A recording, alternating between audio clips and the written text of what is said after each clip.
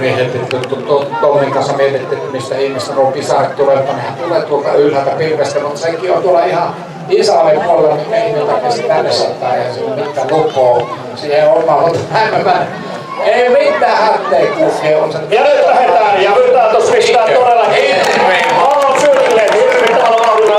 Valta entinen maailmanmestari syksy Hata on päätynyt tänä vuonna haastaa jälleen kaikki parhaat ottelussa maailmanmestaruudesta ja olen aika nyt tähän kärkivauhtia. Nyt tässä tulee joku sieltä ykkösenä numero 29 kyllä tulee. Siinä on nimittäin sitä meininkin, jota pitää olla katsokaa lentoa. Tällä hetkellä mennään... Go Kendra!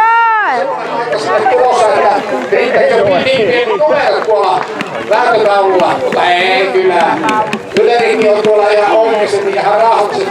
40 sekuntia. Hyvin, loikkaa!